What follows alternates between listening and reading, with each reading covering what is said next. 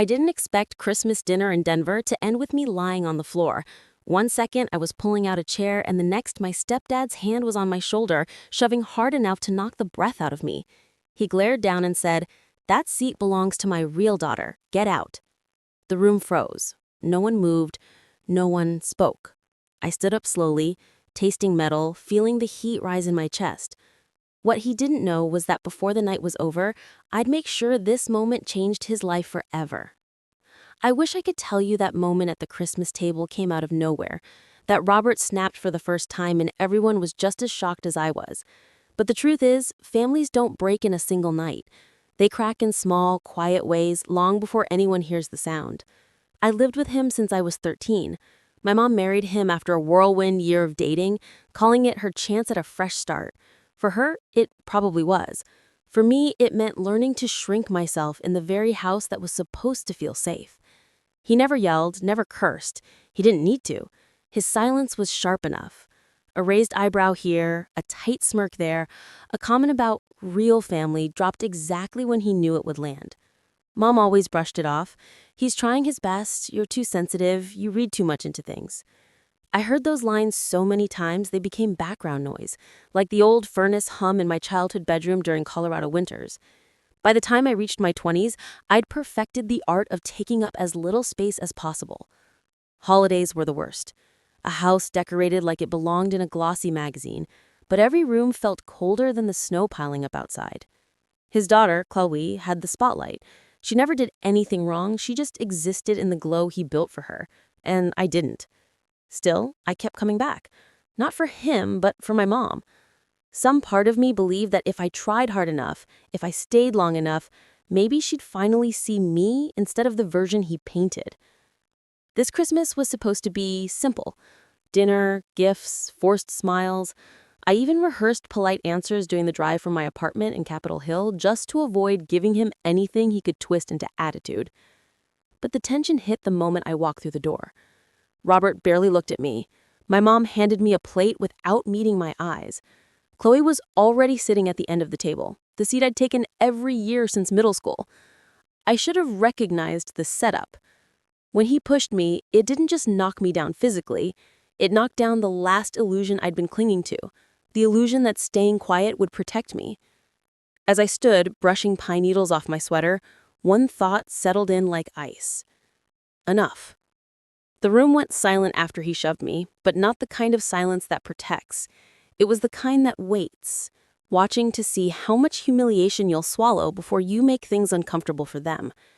My mom gasped, but not the way a mother gasps when her child is hurt.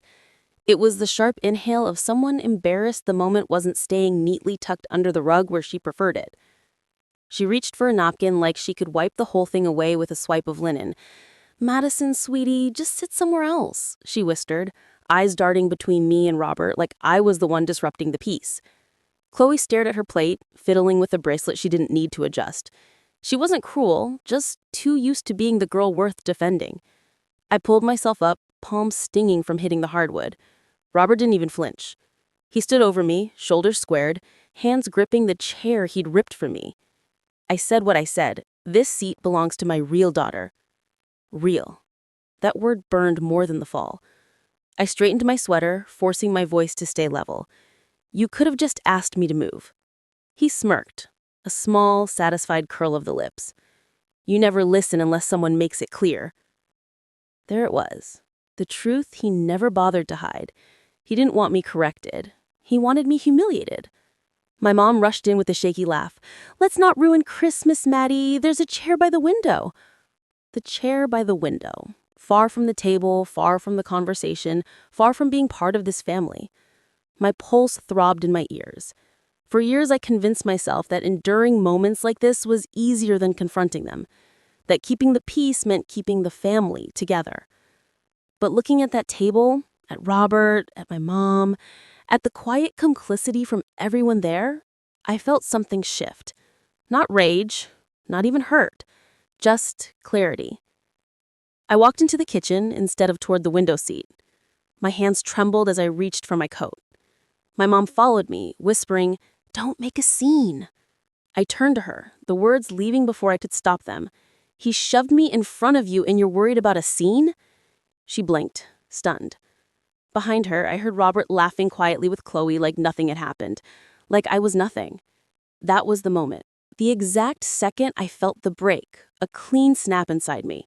I didn't yell, I didn't cry, I just said, "You're going to regret this." Soft enough that only she heard. I wasn't threatening him. I was choosing myself. I drove home that night with both hands clenched around the steering wheel, Denver Christmas lights blurring through the windshield like smeared watercolor. I wasn't crying. I thought I would, but there was nothing left. Just a steady, focused quiet, the kind that comes when your mind finally stops negotiating with pain you've tolerated for too long. When I got home, the house was dim, except for the warm glow above my kitchen sink. I hung my coat and stood there for a long moment, fingers pressed against the counter, replaying the shove, the floor meeting my palms, my mother's whisper, "Don't make a scene." His voice behind her, an iron gate slamming shut. "Real daughter." The words clung to me like frost. I boiled water for tea, just to hold something warm. As the steam rose, a different kind of resolve settled inside me. He wanted to remind me of my place. He wanted to shrink me down so small I disappeared from the frame of their perfect holiday picture. Fine, I would disappear, but not in the way he expected. I opened my laptop, not to rant, not to send an angry message. I pulled up old documents, payments, bills, agreements, every piece of paperwork my mom had ever asked me to organize. Robert liked to pretend he ran the household, but half the responsibilities holding that home together had my fingerprints on them.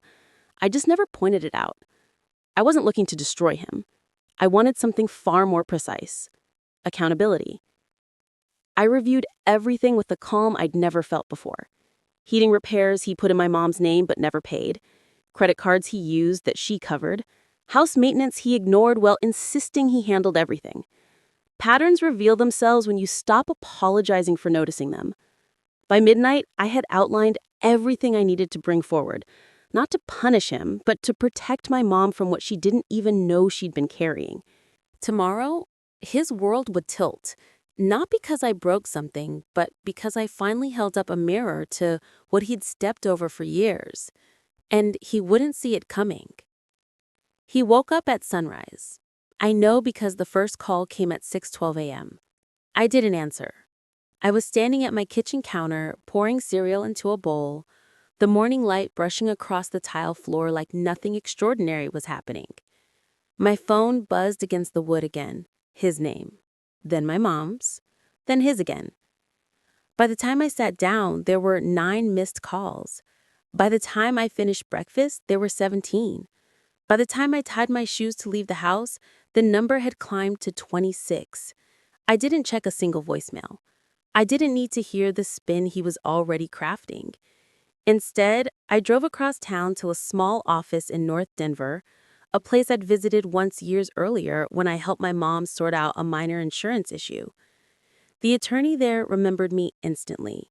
He had kind eyes and a voice like gravel softened over decades of listening to people tell him the truth only after they'd broken. "What brings you in today, Madison?" he asked. I slid a folder onto his desk. "I need help making sure my mom understands what she's financially tied to and what she isn't." He opened the folder, flipping through the documents I had organized overnight. Statements she had covered, repairs she had paid for, maintenance he insisted he was in charge of, but hadn't touched. Nothing illegal, nothing dramatic. Just a long, steady pattern of a woman carrying weight a man pretended he lifted. The attorney exhaled slowly. "This is a lot," he said. "Does your mother know any of this?" "No," I said, because he never let her see the full picture, and she never asked. He nodded, thoughtful. "And what do you want to do?" "I want her to know the truth," I said. "I want her to understand what she's been protecting at my expense." He tapped his pen twice against the folder. "We can request a meeting. Neutral ground. Lay the information out calmly. Nothing confrontational." "Confrontation already happened last night," I said quietly. This is clarity." He nodded again. "You're not trying to destroy him." "No," I said. "Just the version of him she thinks she knows." We scheduled the meeting for that afternoon. When I walked out of the building, the cold Denver air hit my face like a baptism. My phone vibrated again, this time with a number I didn't recognize. I let it ring out. When the voicemail icon appeared, I pressed play. It was my mom. "Madison, please call me. He's upset. He said you're trying to cause trouble. I don't know what happened last night, but we need to talk." I deleted the message, not out of anger, out of exhaustion. She still didn't understand that what happened at that table wasn't a beginning. It was a culmination. By noon, the missed calls had climbed to 33. I spent the rest of the morning at a small cafe across from the attorney's office, warming my hands around a cup of coffee, watching frost melt down the windows. For the first time in my life, I wasn't bracing for the next wound. I was preparing for truth. At 2 p.m., my mom arrived at the attorney's office alone. She looked tired, her scarf slightly crooked, her eyes rimmed in red like she'd been crying for hours. She walked toward me cautiously, like I might disappear if she moved too fast. "Madison," she whispered, "why are we here?" I gestured to the conference room. "You'll understand in a moment." When the attorney spread the documents across the polished table, she stared at them with the type of confusion that slowly turns into fear. Her fingers hovered over dates and amounts she had forgotten about, or maybe had never known were hers. Why did he put this in my name?" she asked. The attorney answered gently. "Legally, he couldn't qualify. Your credit carried these obligations. You've been responsible for most of the household expenses." She blinked rapidly. "But he told me he handled everything." I didn't say a word. I didn't need to. The attorney continued. "Nothing here is criminal, but it reflects a long pattern of financial dependence that has left you vulnerable without realizing it." Mom leaned back, covering her mouth with her hand. I had no idea." That was the moment, right there, when the narrative she'd clung to for years finally cracked. I saw it in her eyes. The loyalty she defended, the tone she used to silence me, the excuses she recited on autopilot, all of it collided with the truth sitting in front of her. Then her phone buzzed on the table. She flinched, turned it over. 37 missed calls, all from him. She didn't answer. The room was silent except for the hum of the heater. Finally, she looked at me. "Last night, when he pushed you, Madison, I'm so sorry. I didn't think it was that serious. I thought you two just argued." I shook my head. "He shoved me to the floor, Mom, in front of everyone. And you told me not to make a scene." She winced like the words themselves were knives. "I didn't know what to do," she whispered. "He gets angry when I confront him. I thought keeping things calm was better." Calm for who? My voice didn't rise, but it sliced through the room like glass. Her eyes filled. "I never wanted you to feel unwanted. But I did. For years. And yesterday wasn't the first time. It was just the first time it was undeniable." The attorney quietly excused himself, giving us space. When the door clicked shut, my mom folded her arms across her chest like she was holding herself together. "What happens now?" she whispered. "That's up to you," I said. "But whatever you decide, it has to be with full knowledge, not the story he tells you." Another buzz. Her phone lit up. 41 missed calls. She silenced it without answering. When we walked out together, the winter sun was already sinking behind the Rockies, casting long shadows on the sidewalk. I expected her to leave, to return to him the way she always had, pulled back by habit, fear, or some version of love that required her to disappear. But she didn't. She stood beside me, breathing into her scarf, staring at her shoes like she was gathering pieces of herself she hadn't touched in years. "Madison," she said quietly, "I want to go home. Not to him, to my sisters, just for tonight." It wasn't triumph. It wasn't revenge. It was the beginning of accountability. As we turned toward the parking lot, my phone buzzed again. I looked down. 47 missed calls. I didn't smile. I didn't gloat. I just felt relief. He finally understood I wasn't playing by his script anymore. And tomorrow, he'd have to live in a world where I no longer collapsed under his voice, his expectations, his version of family. A world where truth had a seat at the table, even if he tried to shove it away. My mom stayed with her sister for several days. I didn't hover. I didn't guide her decisions. For once, she wasn't leaning on him or expecting me to smooth things over. She was simply sitting with the truth. And that was more than I had ever seen her allow herself to do. Meanwhile, the calls from Robert slowed, then stopped. No apologies, no explanations, just silence. Thick enough to confirm everything we had uncovered. He wasn't looking for understanding. He was looking for control. And without an audience, he had nothing to say. Mom asked me to meet her for coffee later that week. When she walked into the cafe, she looked smaller, but steadier, like someone who'd finally stepped out of a long, cold shadow. I read everything again, she said, wrapping her hands around a warm mug. I can't believe how blind I was. You weren't blind, I told her. You were tired, and he counted on that. She nodded slowly. I want things to be different, she said.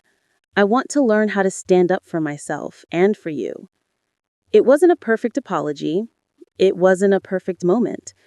But it was honest. And that mattered more than anything she could have said at the Christmas table.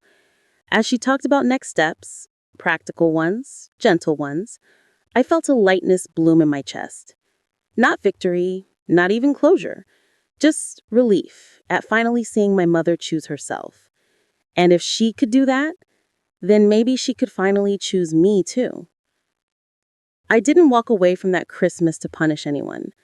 I walked away because I finally understood that protecting myself wasn't disloyal. It was necessary. Families don't heal through silence or endurance. They heal when someone is brave enough to break the pattern. And for us, it started with one truth laid out on a table where I was never allowed to sit. If this story reminds you of something you've lived through, take a moment to share your thoughts in the comments. And if you found strength, clarity, or comfort in any part of this story, don't forget to like the video, subscribe to the channel, share it with someone who might need it, and leave a comment with the lessons that stood out to you most. Your voice matters here.